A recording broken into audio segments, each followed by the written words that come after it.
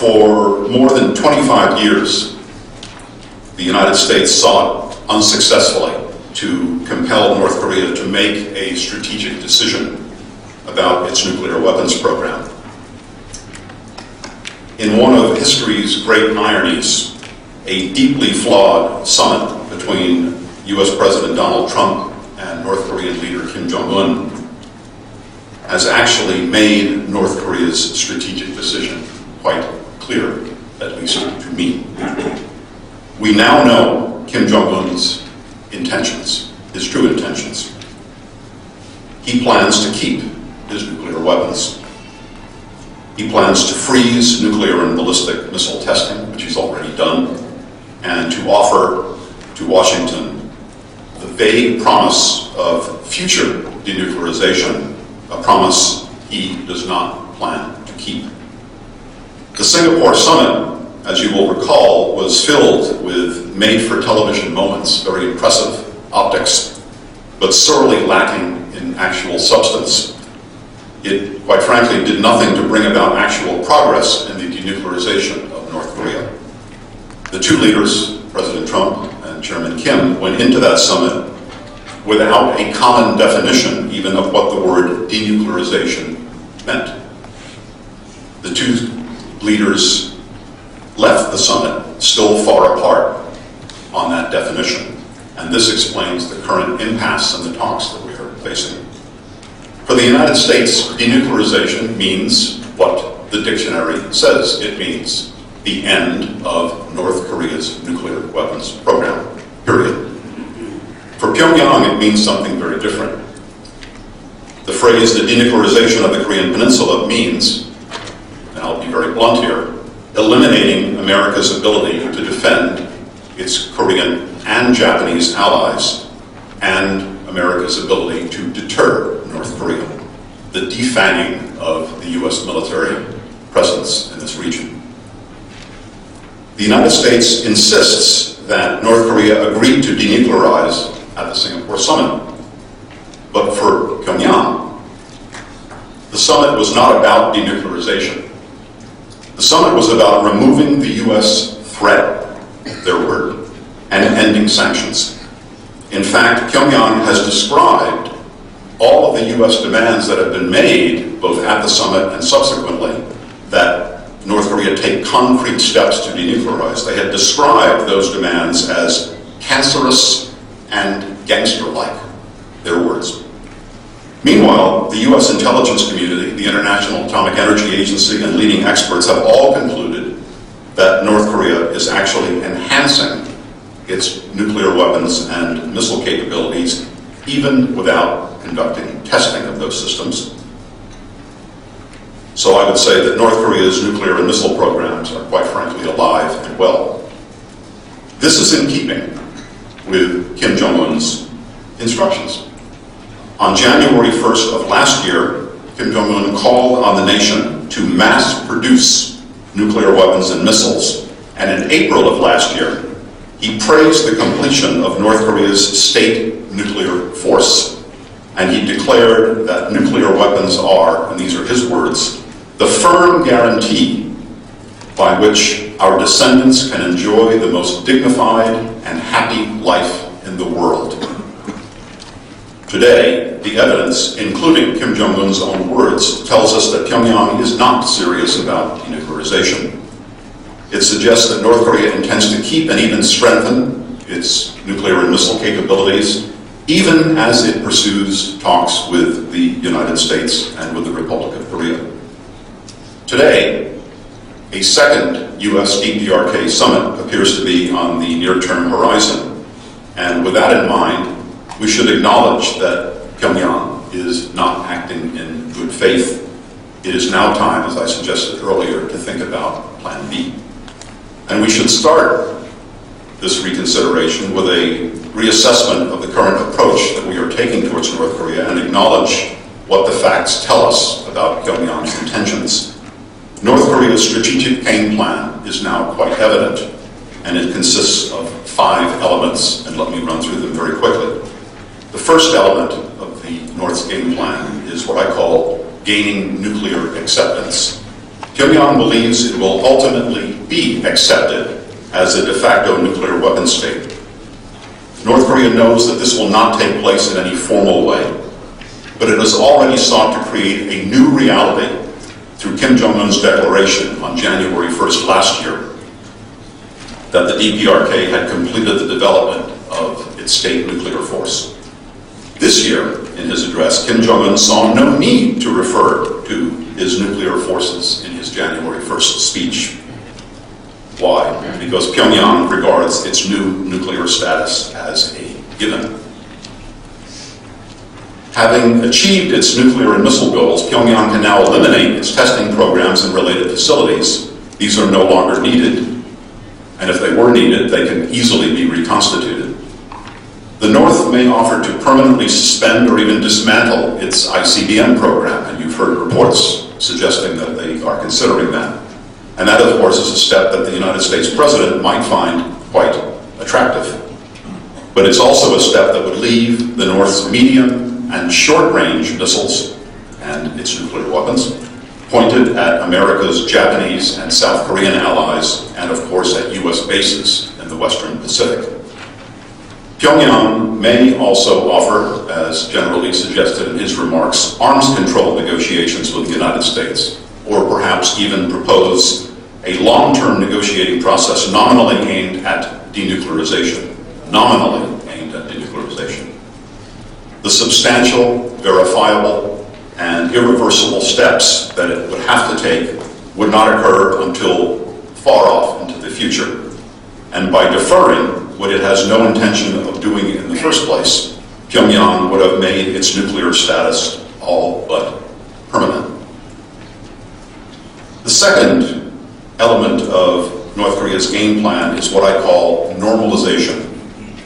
North Korea is seeking to normalize its relations with the international community to gain acceptance as a normal country and a reliable dialogue partner. A dialogue partner that just happens to be a nuclear-armed state. North Korea has largely succeeded in this goal, in my view. The speed with which the Republic of Korea and the United States have responded to Kim's initial overtures last year has been truly astonishing. We saw this again recently when the Blue House reacted immediately and enthusiastically to Kim Jong-un's New Year's address, even though Kim Jong-un offered nothing on denuclearization, and despite his call for the Republic of Korea to take steps that would amount to abandoning its alliance with the United States, and that would be the price that the ROK would have to pay for continued North-South reconciliation. Kim Jong-un has sought to portray himself as a normal leader, a reasonable interlocutor, and a statesman. And here, too, to some degree, he's succeeded. The US President has praised Kim's talent as a negotiator and called him honorable and a man of courage. The third element of North Korea's strategy is what I call changing the subject. Pyongyang intends to try to shift the main topic of negotiations with the United States away from denuclearization, the topic that Washington wants to talk about, and to the subjects that Pyongyang prefers to discuss: improving relations, easing sanctions and pressure, eliminating the US military threat, and ending the state of war on the Korean Peninsula. That last goal is particularly important since, in Pyongyang's mind, it would eliminate the rationale for the continued US military presence on this peninsula. The main message that Kim Jong-un conveyed to the United States in his January 1st speech, earlier this month, relates to this element of the North Korean game plan. Kim demanded that the United States relax its sanctions and pressure campaign and cease its unilateral demands. And by that, of course, he means stop asking North Korea to take denuclearization steps. Kim said that US failure to respond positively would compel the DPRK to explore a new way to defending the sovereignty of our country and supreme interests of our state. The implied threat in that statement, I think, is fairly clear. The fourth element of the North's game plan is what I call creating the illusion of denuclearization. Pyongyang insists that its suspension of nuclear and ballistic missile testing and the destruction of the tunnel entrances at its nuclear test facility are denuclearization steps. While these moves are, of course, welcome, they do not constitute denuclearization. The experts tell us the DPRK's nuclear and missile programs are continuing. But North Korea seems to be succeeding to some degree in creating the illusion that it is denuclearizing, and we must not accept that. Policymakers must not allow Pyongyang to redefine denuclearization, nor should they accept anything less than concrete and verifiable steps that lead to the end of the North's nuclear program. Finally, the fifth element of North Korea's game plan is what I call sharpening the wedge. Perhaps the most consequential element of the DPRK's game plan is its goal to divide the United States and South Korea. There are troubling signs that Pyongyang now sees a real opportunity in the coming months to damage the alliance. North Korea's ultimate goal remains the unification of the Korean Peninsula under its rule. That cannot be achieved as long as the ROK is allied with the United States. While Pyongyang cannot drive the United States off the peninsula, it knows that political dynamics here in the Republic of Korea and difficulties, ongoing difficulties between the United States and its ROK ally on a number of issues are ripe for exploitation. Kim Jong-un's January 1st speech last year was crafted to appeal to pan-Korean nationalism, to an aspirational South Korean vision of reconciliation and reunification, to latent anti-American sentiment, and to an ideological stratum of South Korean society that remains occasionally sympathetic to the North. Kim's message struck a powerful chord here in the South. Seoul, of course, moved with remarkable speed in responding to Kim's overture. Olympic participation, North-South summits, North-South liaison office in Kaesong, reconnection of hotlines, etc., etc. All of those things and more took place with head-spinning rapidity. Things happened so quickly that it raised an alarm in Washington that the pace of North-South reconciliation was exceeding what the politics, the diplomacy, and the military realities on the peninsula could sustain. Contradictions arose between the pace and scope of North-South dialogue on the one hand, and U.S. insistence on the other hand that sanctions needed to be maintained and even strengthened.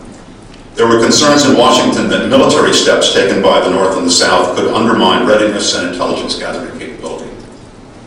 Breaks in coordination and communication between Washington and Seoul were becoming evident and worrisome. There was concern that Seoul seemed to be serving as North Korea's friend in court as it argued for preemptively easing sanctions on North Korea in order to induce the North's cooperation on denuclearization. That position, of course, was directly counter to the U.S. position. In his New Year's address,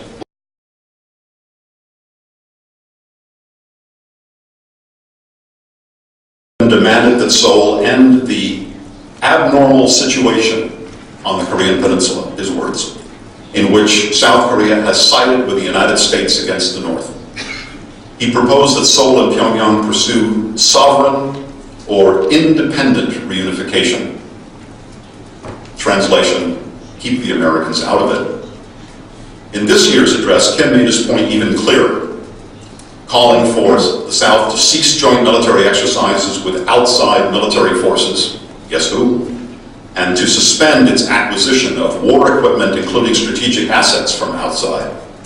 Kim was essentially telling the South that the time has come for Seoul to choose between reconciling with the North and maintaining its traditional alliance with the United States.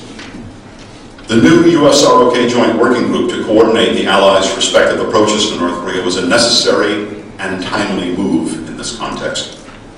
If the new mechanism works well and properly, we can hope there will be fewer policy surprises between the Allies. Nevertheless, Kim Jong-un's January 1st speech this year suggests that he believes Seoul could be now a soft target for the North's appeals to nationalism and anti-alliance sentiment. Kim Jong-un is probably encouraged by those here in the South who are calling for the ROK government to coach North Korea on how to deal with Washington. North Korea surely welcomes those in the ROK who argue that South Korea should rid itself of its alliance with the United States, as one prominent advisor to the government here said a few weeks ago.